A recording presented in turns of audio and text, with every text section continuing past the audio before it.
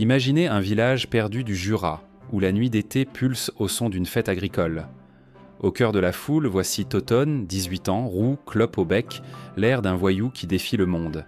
Avec ses potes Jean-Yves et Francis, il enchaîne les bières, les blagues et les regards provocateurs, cherchant l'amour ou la bagarre. Ce glandeur vit chez son père, veuf, un taiseux, avec sa petite sœur Claire, 7 ans, dont les yeux curieux cachent 1000 questions. Mais sous les rires et l'insouciance, quelque chose cloche. Le Jura, avec ses paysages vastes et son silence pesant, semble murmurer un avertissement. Et si ce soir, la vie de Totonne basculait pour toujours ? Un soir, après une fête trop arrosée, la tragédie frappe. Le père de Totonne, en rentrant en voiture, perd le contrôle et s'écrase dans un fossé. La mort brutale de cet homme, pilier discret de la famille, laisse Totonne et Claire orphelins. Le choc est silencieux, presque étouffé par la pudeur des gens de la campagne, où l'on ne parle pas de ses émotions. Totonne, encore à peine sorti de l'adolescence, se retrouve soudain responsable de sa petite sœur. La maison déjà vétuste semble encore plus vide sans la présence paternelle. Les factures s'accumulent et l'argent manque cruellement. Claire, avec son innocence, pose des questions auxquelles Totonne n'a pas de réponse.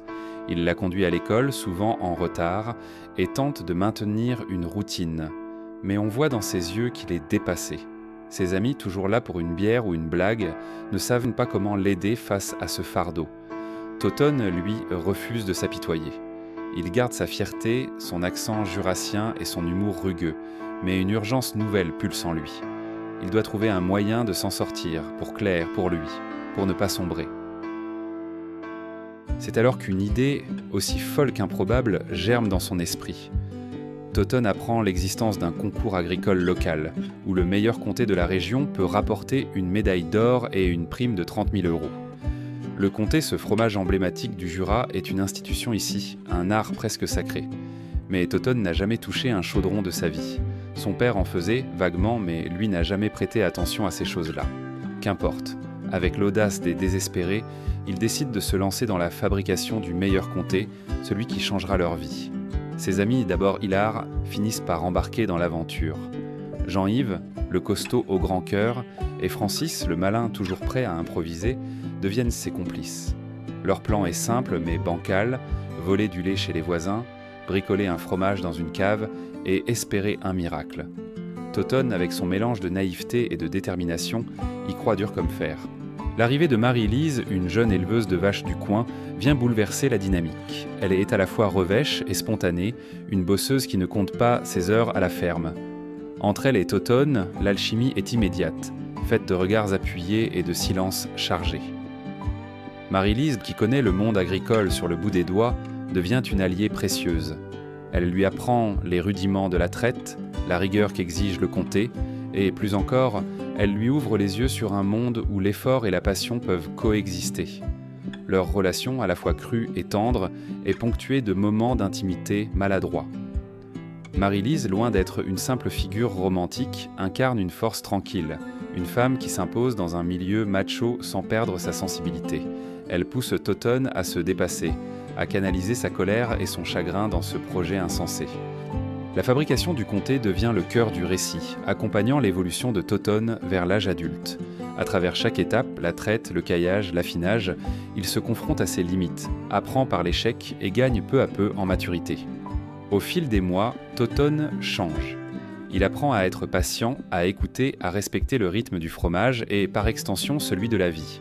Claire, toujours à ses côtés, est son moteur. Une scène particulièrement émouvante montre Totonne et Claire dans une fromagerie, écoutant un fromager expliquer son métier à des touristes. Claire est fascinée, tandis que Totonne, pour une fois, observe en silence, comme s'il réalisait l'ampleur de ce qu'il entreprend. Francis, dans un moment de vulnérabilité rare, partage avec Totonne une conversation à cœur ouvert, autour d'une bière, où il l'encourage à ne pas baisser les bras.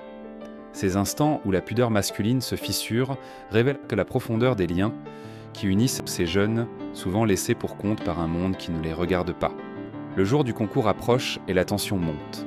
Totonne, seul dans la cave où son fromage affine, contemple son œuvre. Ce n'est pas seulement un fromage, c'est le symbole de son deuil, de sa résilience, de sa volonté de donner un sens à sa vie. Il n'est plus le glandeur des débuts, mais un jeune homme qui a grandi trop vite. Au moment du concours, Toton découvre qu'il ne peut pas s'inscrire, son comté n'est pas certifié, il ne rentre dans aucune case. Déçu mais sans éclat, il reste en retrait, pendant que la salle bruisse d'excitation autour des fromages en compétition. C'est alors que Claire, discrète mais maligne, décide de faire goûter un morceau du fromage de son frère à quelques membres du jury. À leur étonnement, malgré sa jeunesse et son manque d'affinage, le comté est jugé pas si mauvais. Rien d'officiel, aucune médaille, mais une petite lueur de reconnaissance volée au passage. La suite ne parle plus de concours, mais de lien. Toton rejoint Jean-Yves pour l'aider lors d'une course de stock-car. Le moteur gronde, la poussière vole, et dans cette effervescence, les rancunes se taisent. L'amitié se retisse sans mots, dans l'action. C'est une scène bruyante, sale, mais profondément humaine. À la toute fin, Toton retrouve Marie-Lise. Pas de discours, juste un regard, un sourire. Un signe que tout n'est pas perdu. Rien n'était résolu, mais quelque chose s'est apaisé. Toton ne repart ni vainqueur ni perdant. Il reste, il s'enracine. Dans ce Jura rude et sincère, il trouve peu à peu sa place.